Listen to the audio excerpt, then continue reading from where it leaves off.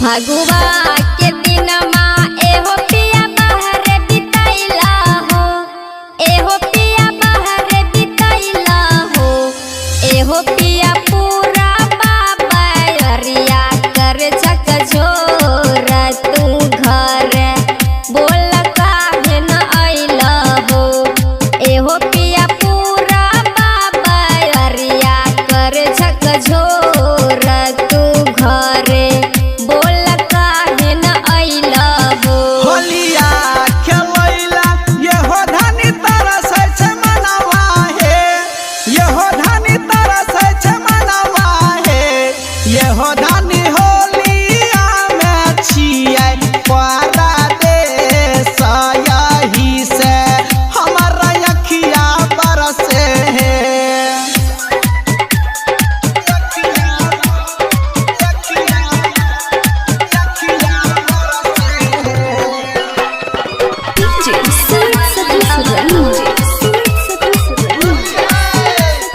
Mixed by Balbhadra Singh.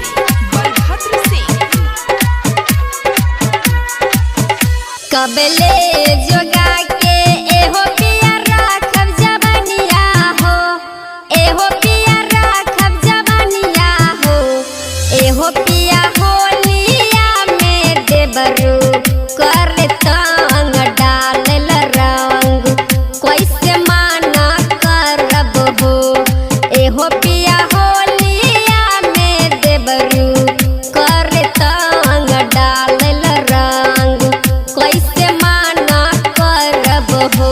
बतिया तुमाना यहो धानी होलिया न खेलिहा हे, यहो धानी होलिया न खेलिहा हे, यहो धानी